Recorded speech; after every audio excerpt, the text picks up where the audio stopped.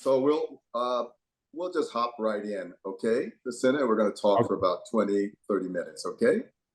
Okay. Yeah. So, Lacina, would you explain to me, you once told me about your last name, your name. Is that your family name? How do you pronounce your name? My last name Coulibaly. One more time? Coulibaly. Coulibaly. Yeah, I always say Coulibaly, but yes, Coulibaly. that's like with colonization, like French people just they wrote it Coulibaly, but it's Coulibaly, meaning without boat. Ah, without boat. Uh-huh. That's Yes. your family name. It's been a while there. So what's the name of the new piece? What's it called? It's until the lion tells the story. And then After the lion tells the story. Yes. Before I just put there is no glory, but I just take it out. Aha. I see. I see. Do you want to talk about that title? Oh yes, it's the title. It's just coming from like a proverb tells the until the lion tell the story, there is no glory. Or if the hunter have to always tell the story, it also means that the lion will never have any glory. Okay, I think I understand. So are you the lion in this story or are you the hunter? Yes, and for me, it also means that, if there is a story to tell, if it's my story, it has to be from me. If someone has to tell it, that person needs to listen to my story, and then that person can tell that story, not someone. I shouldn't allow anyone to create a story about me and then say, okay, this is the story about Lacina, and Lacina is not even aware of that story. Mm-hmm. So that has lots of reverberations. It is one artist, Lacina, or it is an African artist, a Black artist, who is saying, no one tells my story but me. Who is it? Is it Lacina? Are you speaking as a Black artist? Are you speaking as an African artist? Who are you speaking to? No one tells a story but me. That's a good question. And I really see myself like Lacina, Black artist, and also an African artist. If I just wanna, just from Lacina, that will be, I will just sit like an individual. And then because my identity is not just me, it's also those who came before me, and then those I also represent. Mm-hmm. And also those who will come after me. Those who will come after you. Now, Yes. that is are people from your Burkina Faso background, or is it all artists? And who are those persons you're talking about who will come after you? It will be those from my lineage, also Burkina Faso. Those are also collaborate, like those also are in the same situation like me, with the need to just tell their story and then say, okay, I need to tell because it's my story. I shouldn't allow anyone to just tell. And for me, anyone should be able to stand and then speak about their story. Mm. So I know that this is a dance. There's no text in it, correct? There's no text, no storytelling. What do you mind if I ask you? Well, what is the story that you want to tell? What is that story? I think the story, first, it's about me. Saying it's about me, it's when I just think about my school education. I couldn't learn, I was not able to learn anything about Africa, anything about Burkina Faso, anything about my family, Mali, about all this great empire. from Africa. I learned more about European history.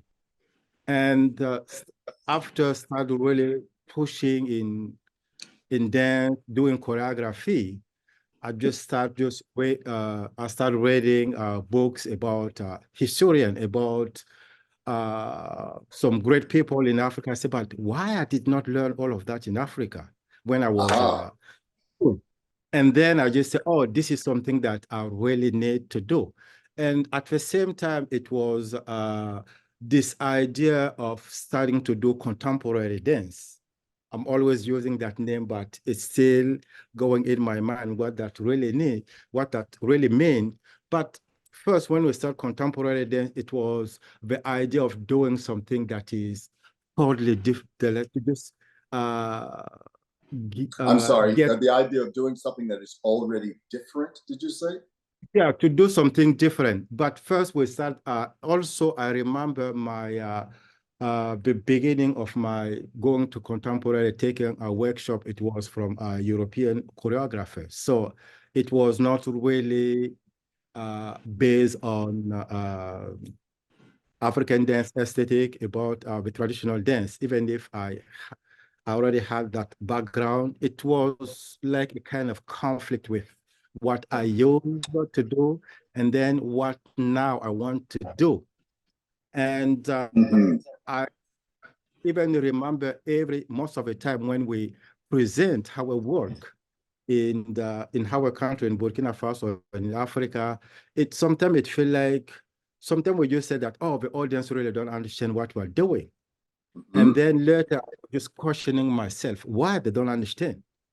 And later, just saying that, but there is something that if I'm doing my traditional dance, there is a feeling, it's like how I'm really grounded. And there is a lot of things that I couldn't have that feeling in my contemporary style. So the idea of just really studying, to study traditional dance was also a big deal for me. And for me, that's also the history of Africa. Like the dance also has a lot to reveal to us. So my mind is now delving into the history of Africa and also the traditional dance. For me, all of that just represent the indigenous knowledge. And that's why it's for me, even if going to the tradition, learning about the history, it's a part of telling telling my story. I think this is something you and I have discussed when you came to my house wonderfully, graciously with your wife, and you were explaining to me about something about this journey. But did you study? I mean, study traditional dance? Was that something that a young man from your group would be doing? And if you study traditional dance, what was the difference when you decided to do contemporary dance? Where did you study traditional dance? Traditional dance, I studied in Burkina Faso, and then later I was also part of the National Ballet of Burkina Faso, and that's also to learn more. And that time we were really training really intensively in traditional dance, and the money I was making, I would even travel to different villages, different towns in Burkina Faso to just learn more about the traditional dance. I think that's that moment I start to really question myself about contemporary. But I also, at that time, I also had a company, and it was three of us. We just co-found the company. So what should we know? What should we expect when we come and see your concert?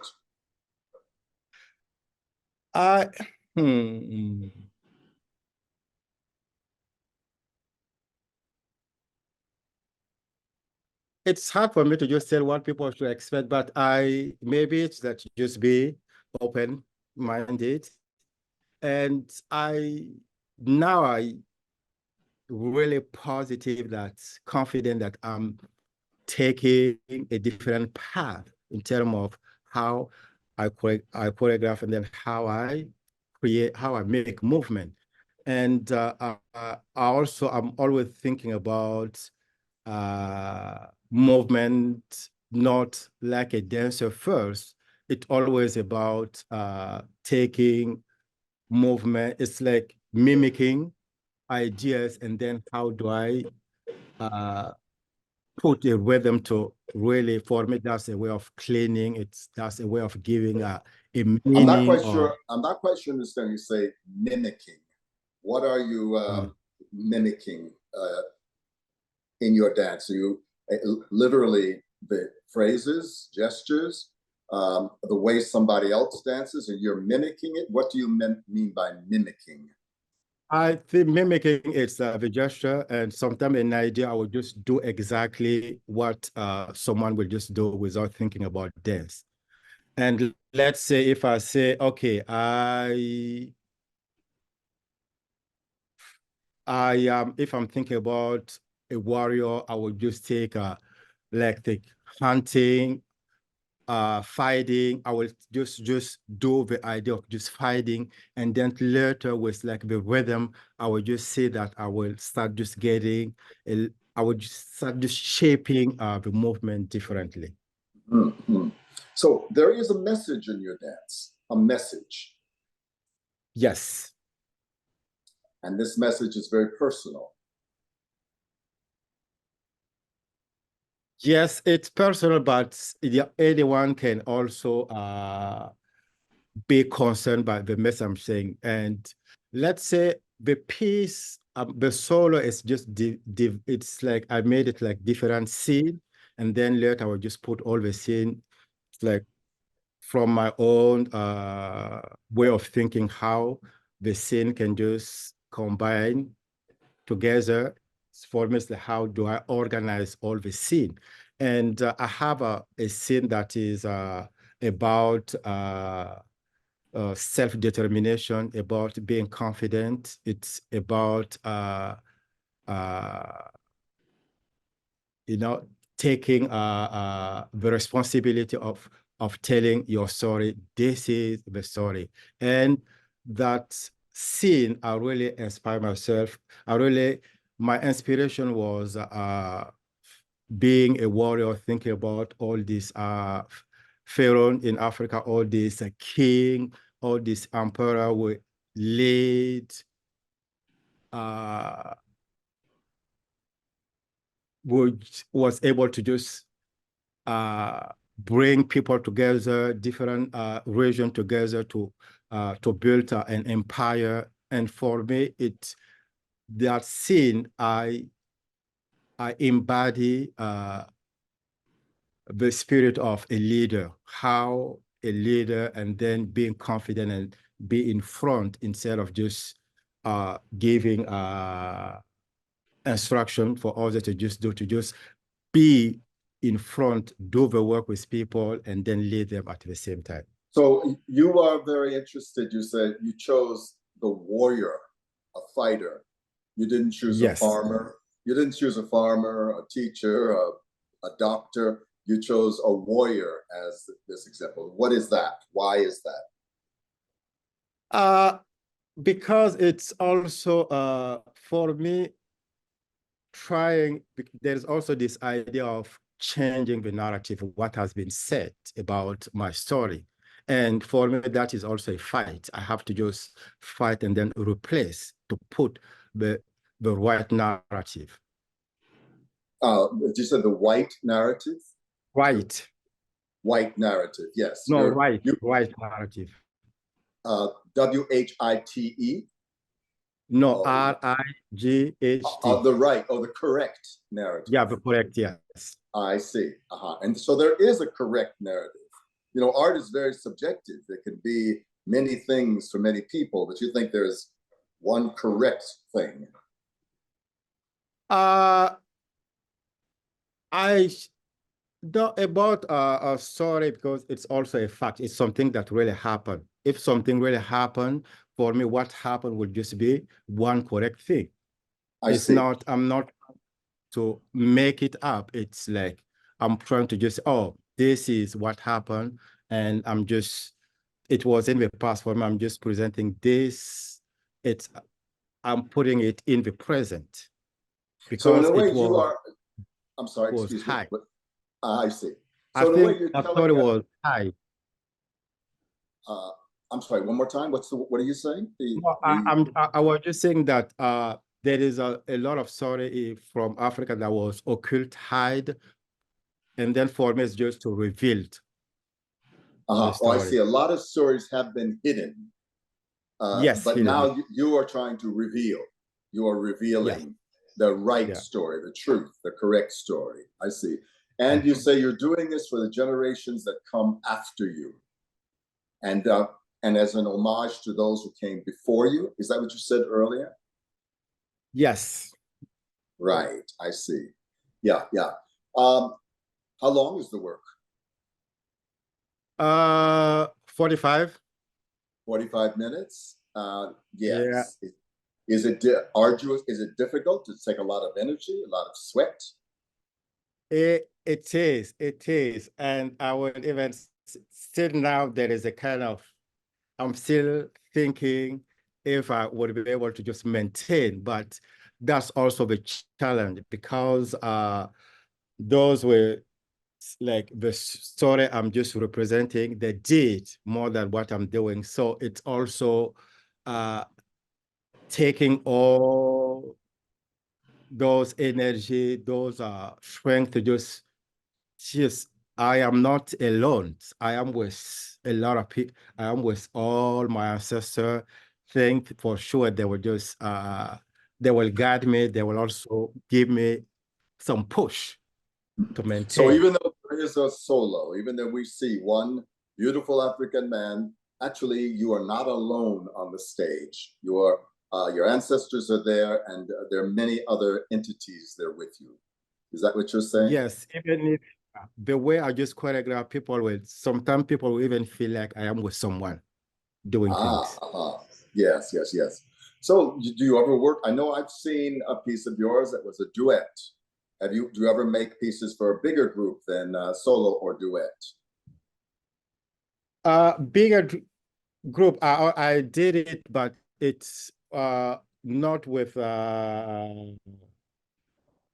professional dance. I did it, but it was a choreograph with Emily Code on Memphis Ballet. That Mm-hmm, was mm-hmm. dancer. And also I did a quartet for student at the University of Florida, and also Barnard student. And there is a work that also Sarah Lawrence, and even if the work I did, I just say, oh, now I needed to just put it on professional dance and even be a part of it. Sit now, every time I just choreograph, I want to be part of the work. If I'm seeing to watch, I have hard time to just watch my own work. So you told me that you feel that you right now you want to be performing in your work. You're not so interested in just sitting and watching other people do it. You want to be in it. Is that true? Yeah, I wanted to be, but also to watch other people work, it's also helped me to just question myself with ideas I have in my mind, because it's also for watching other people work, it also for me it's a process of just enriching myself, just taking, absorbing I see. Mhm, inspiration. Yeah. mhm. Well, this has been a wonderful conversation. Uh, and the title of the work, once again, is the name of the work Aunt, is. Until the Lion Tells the Story. I see. Well, I'm very excited to see it. You're a wonderful performer and a very strong and special human being. We at New York Live Arts welcome you, and we look forward to sharing this with other people. Um, thank you very much, Lacina. Okay, thank you too. And I am also excited to present the work at the New York Life Arts, and also thanks all the team working there. They really helped me a Yes. lot. Yeah. It's even it's like a dream becoming true. So Fantastic. Wonderful. way All to right. do it. Till soon. All the best to you. Yes, Bye bye thank now. you. Bye bye. Bye bye.